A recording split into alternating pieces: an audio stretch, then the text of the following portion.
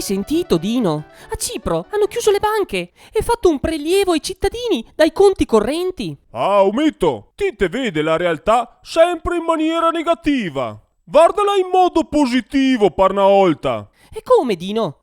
L'Europa sta mandando i suoi cittadini in miseria? Io sarà le banche e ha fatto un prelievo. È una frase negativa, disfattista. La crisi, l'è psicologica, Ometto. È per colpa di quei come te che va tutto a remengo. E allora dimmelo tu, Dino, cosa dovrei dire? E invece che sarà le banche e ha fatto un prelievo, te puoi dire, i gaverto le ciappe e ha fatto un deposito.